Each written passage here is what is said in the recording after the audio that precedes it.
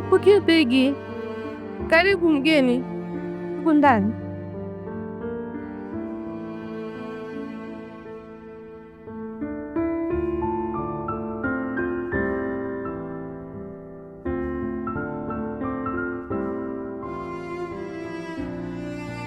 Sasa umekuja na mgeni, ndani hamna kitu chochote, hamna hata mboga.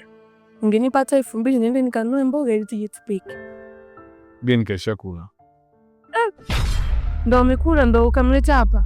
Ndio. Na kitu bado hujaelewa.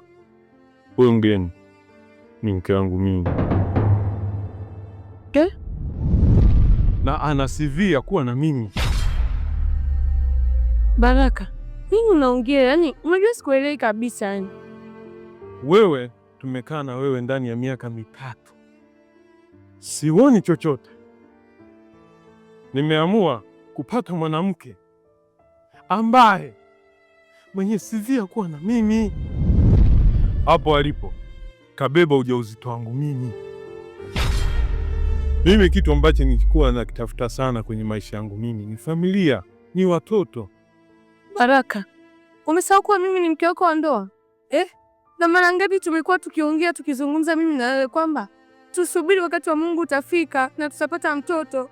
Kwa nini umefanya maamuzi kama haya? Hivi ni unanitania au?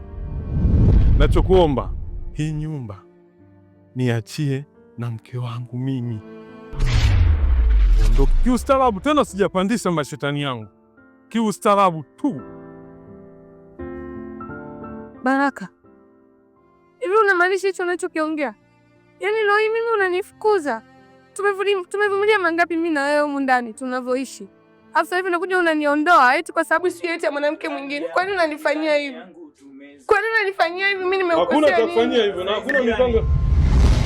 Nimewasikiza kwa maongezeni kwa makini sana, ila nimekuja kugundua kitu kimoja kaka, hujafanya maamuzi yangu mabaya. Umdada muongo huyu anakuongopea huyu, asiyemjua nani huyu. Katoa mimba zaidi ya 5 kaka, mimi nakwambia ukweli. Yaani yote Mungu shahidi. Kweli mimi siwezi kufanya hivyo. Mimi nitoa mimba kwa sababu gani wakati nataka mtoto?